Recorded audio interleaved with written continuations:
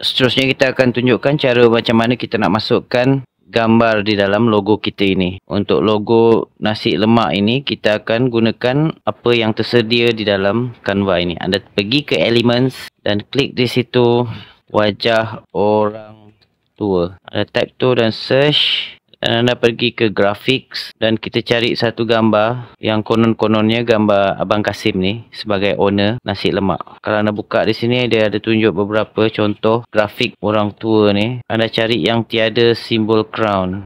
Jadi kita pilih gambar yang ini. Anda klik sekali. Bila anda klik, dia akan masuk ke dalam bulatan ni. Jadi anda resize dia, kecilkan dia. Katakanlah ini Abang Kasim kita. Untuk kita crop gambar ni, anda hanya perlu double klik dan dia akan keluar fungsi crop di sini. Crop ni tujuan dia kita nak kecilkan gambar ni. Contohnya dalam gambar ni ada badan dan kepala dia. Kita nak ambil kepala dia aja. Jadi anda nampak sudut ni, anda tarik. Kalau anda perasan, kalau kita tarik sudut ni, dia tidak resize tapi dia kecilkan dimensi gambar ni. Anda sedang crop dia. Jadi katakan kita nak ambil sampai leher je. Anda release dan anda tekan done. Jadi kita dah dapat gambar Abang Kasim kita di sini. Besarkan sikit